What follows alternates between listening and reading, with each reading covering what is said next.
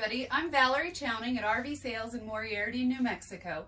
We've had a few RVs come in lately that have had quite a bit of water damage, so I wanted to point out what you should look for and also make some recommendations on how you can make sure that you preserve your RV for a very long time.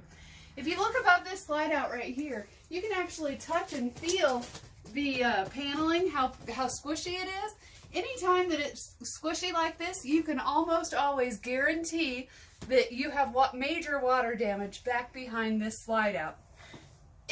To fix this, what we do is we pull all this old paneling off, then we end up exposing a large header across, and usually your downright supports are also rotten as well. So it's a pretty big job. We don't remove the slide out, but we are able to take out the entire header and the upright supports and also put new wood back in and then re-panel over the top of it so that you can continue to use your RV in the future.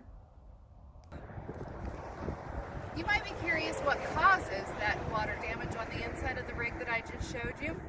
And one of the things that's really important is to make sure that your RV is well sealed. Anytime you look at your caulking and it's peeling like this, if I can get my fingernail up inside of there, water is definitely getting in there. And of course, water follows the path of least resistance, and it's going to start rotting closest to there and anywhere down that gravity might flow.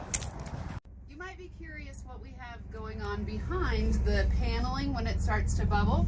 This is an RV where we've already removed the paneling, and it's a pretty extreme case. You'll notice that entire 10x2 header is rotten the entire way down, which is a major structural support for your slide out. This rig was so bad that it actually rotted across the roof and into the other side of the slide wall. So I can't reiterate the importance of getting up on top of your RV, making sure that all of your caulking is good, that none of your seams are ripped, that your roof is in really good shape, because that'll prevent a lot of heartache and a lot of expense to keep your home on wheels a nice home on wheels.